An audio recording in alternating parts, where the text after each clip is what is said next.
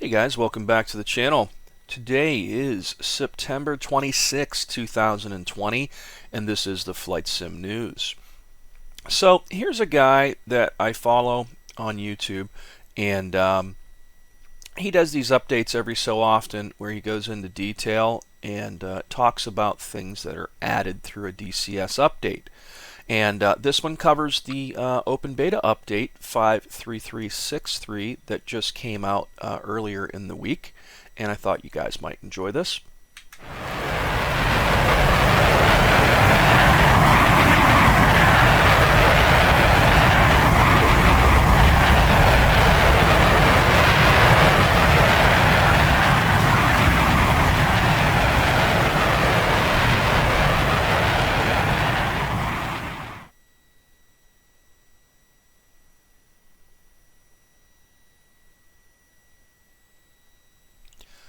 Uh-oh. So did Eagle Dynamics lie? Because he says he can't get them to engage each other. That's interesting. That's one of the things that was on the list.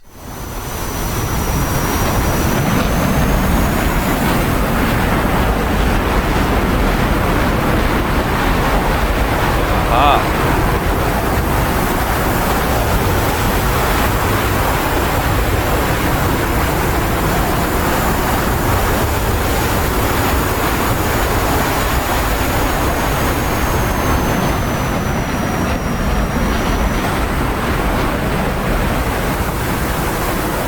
They're a pretty good shot too, aren't they? Now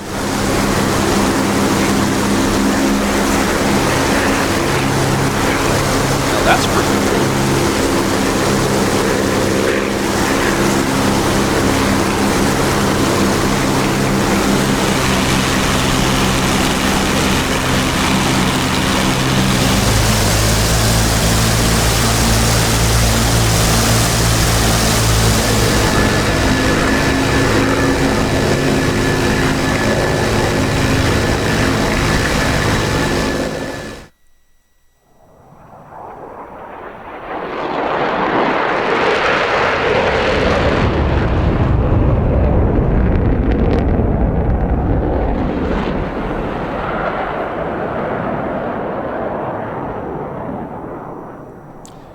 I won't run the whole video. It's about 13 minutes long, but I like his approach. I don't ever remember any dialogue. He just goes through and throws a video in there and shows you what's going on and throws some text in there describing what the changes are. Very cool stuff. I'll throw a link to this in the video description as usual, and you can check it out for yourself. So yesterday, the Eagle Dynamics Weekend update basically covers the fact that the MB339 is coming to DCS World officially. I want to say I've seen this before, and I think it was like a mod that you could have downloaded for DCS, and it looks like the developers responsible for this is India Foxtrot Echo, and my understanding is they've done some stuff for Flight Simulator X, not the newest Flight Simulator, but the older version of Microsoft Flight Simulator. I think they did like an F-14, somebody was telling me, and a couple other military aircraft.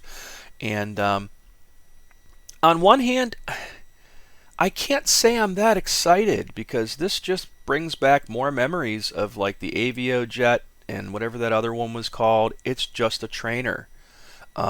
Doesn't do a hell of a lot for me, to be honest. Oddball planes that I've never heard of, I don't know.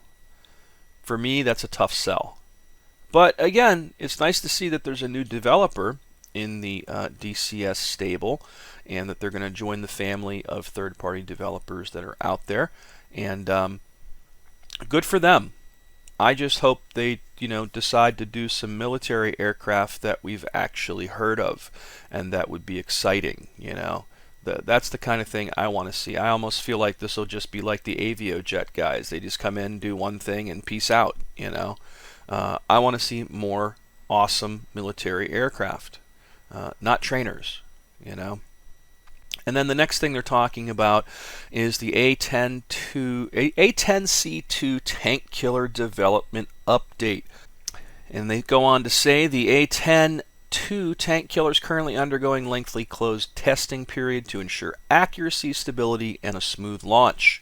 We continue to improve the helmet-mounted queuing system indicators, add more skins and mission content, and tune flight model changes.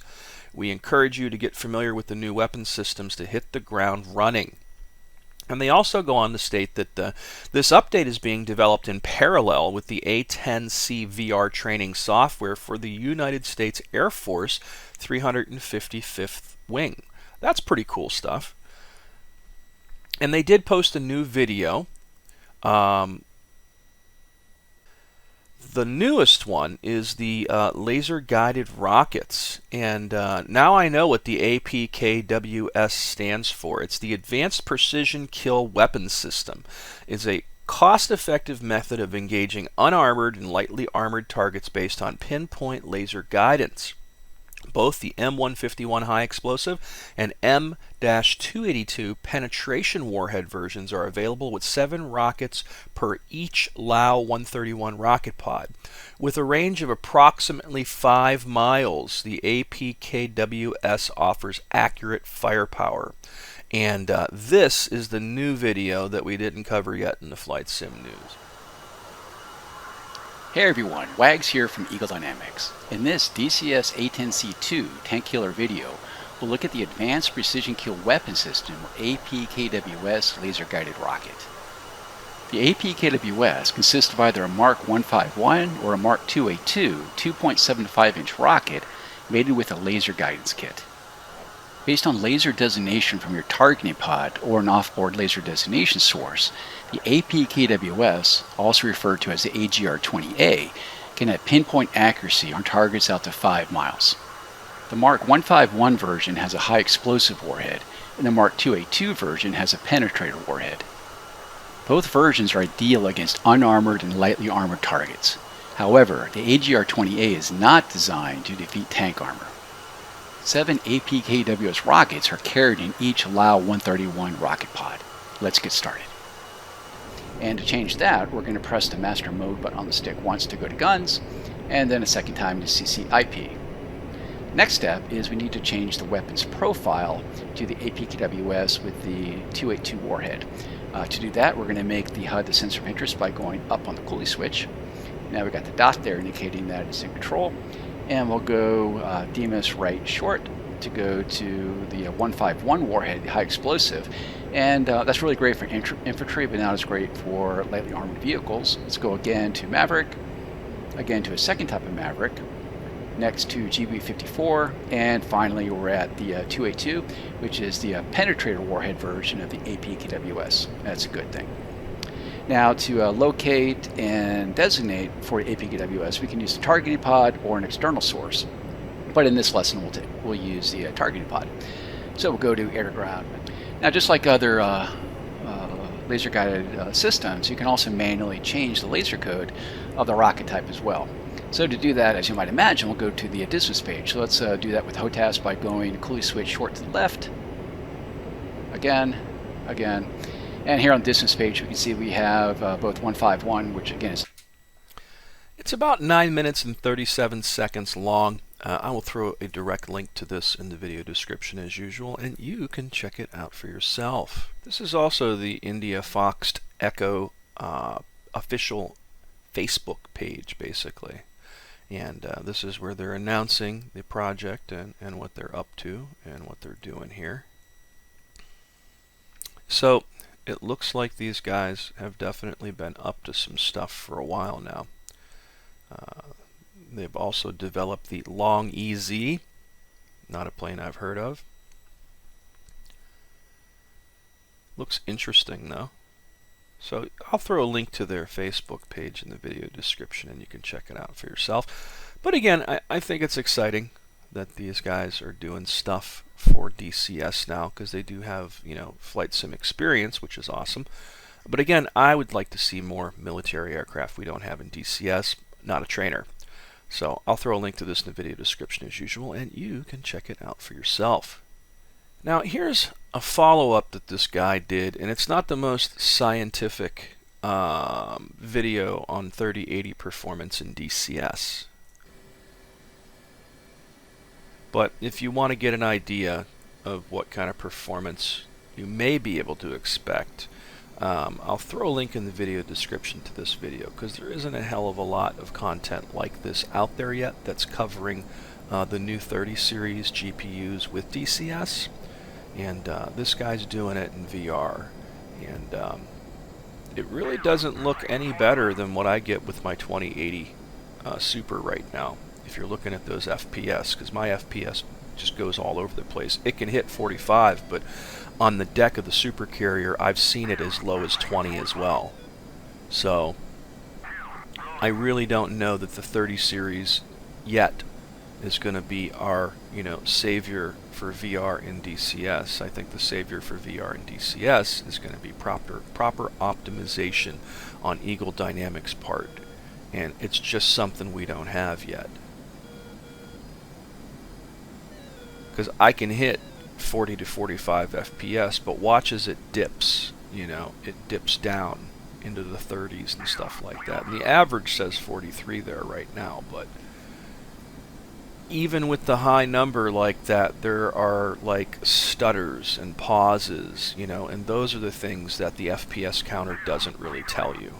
But again, I'll throw a link to this in the video description so you can check it out for yourself to give you an idea of what somebody else is getting with a 3080. But the other thing that scares me is Jay's 2 Cents and Linus and others are reporting that there are issues with the 3080 series right now, where it's like crashing and throwing people out of games, and there's definitely an issue right now. I don't know if it's at the driver level or what the exact cure is for this at the moment, but it has something to do with the fact that like the boost clocks, I guess, are pushing them a little too hard, and they're just crashing.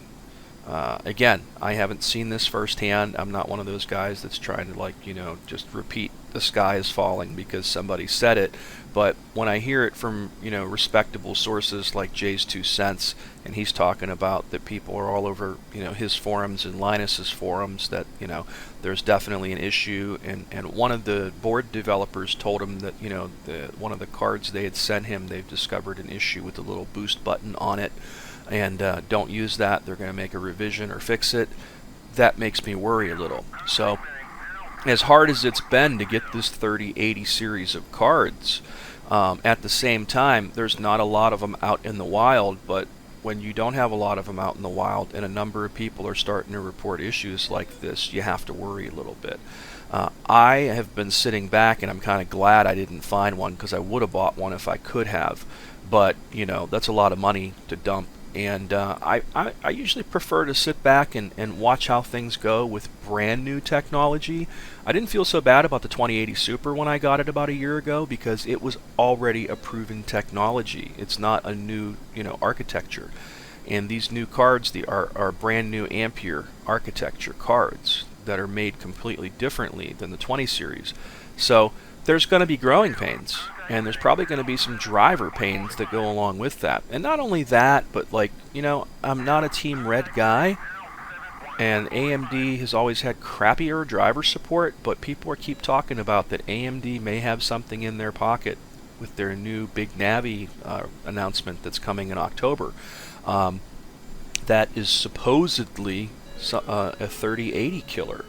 And if they can come out with a card that can do better than the 3080 at a price point that is less than the 3080, that could be somewhat of a game changer. But I just usually stick with Team Green to be safe, because I've seen with the 5700 XTs the issues that people have had, and it definitely keeps me over on Team Green when I continually hear and see the issues that people experience with certain flight sims with AMD cards. So I'm just sitting back and watching what happens, and I think you guys should do the same, because again, the 3090 isn't that much faster than the 3080 from what we're seeing in initial benchmark results in average games, not DCS, not IL2, but they are using Flight Simulator, which is pretty cool, to give you an idea of what you would get there as a benchmark. But I think the 3080 is definitely going to be a good card once they can iron out things. But right now, what I'm seeing here is that, it's a little bit better than my 2080 Super based on what I'm seeing in this guy's frames per second. But what the video doesn't really show us is the stuttering or the possible pauses, you know what I mean? And an average of 40 is really good, because I know I'm getting a lot less than that with my 2080 at times. But there are times where it does jump up to, 40, 45 and stays there a little bit. But I'm starting to see the little bit of pauses and stutters here and there in this video. So again, sit back and watch, guys, and see what happens. I wouldn't be first to adopt it. And if any of you guys did get a 3080 or a 3090, I would love to know what your results and experience is with them in DCS and VR, because I really would love to enjoy DCS and VR again, but man, I just don't see it happening anytime soon, because we need hardware that doesn't exist, it seems. So here's the real big bummer piece of news. So number one, I haven't been keeping up with Polychop's screenshot of the week. They've been putting up a screenshot every week of the Kiowa Warrior in development, and it looks absolutely fantastic. I'm really dying to get my hands on this and try this thing out. But this morning, 32 minutes ago, as I'm editing this news video, they mentioned that due to some core engine changes in the way indicators and multifunction display symbology are handled within DCS World, we suffered a massive setback in both the development of the Kiowa Warrior and the Gazelle. We're working hard to figure out what exactly is causing the issues and how to adapt. Damn! I thought we were getting really close to the release of the Kiowa Warrior. And this is really terrible news, guys. And this goes right back to what I've been talking about all along, is how as they develop and continue to change and improve the DCS core engine, at the same time, they continually run the risk of breaking things for the third-party developers and themselves in terms of how things are done. And this is really terrible news, man, because I thought we were getting really close to this. And now, here we are, waiting to see what these guys can come up with. But this really sucks, guys. I was really looking forward to this like any day now. I was hoping October. I don't know how big of a deal this is or how hard it is for them to figure this one out, but man, I hope they get it figured out soon, because that would be awesome to be flying this any day now. I'll throw a link to their Facebook page here in the video description, and you should be able to just browse through and check out all the screenshots, and there's tons of great ones. And again, I apologize for missing this.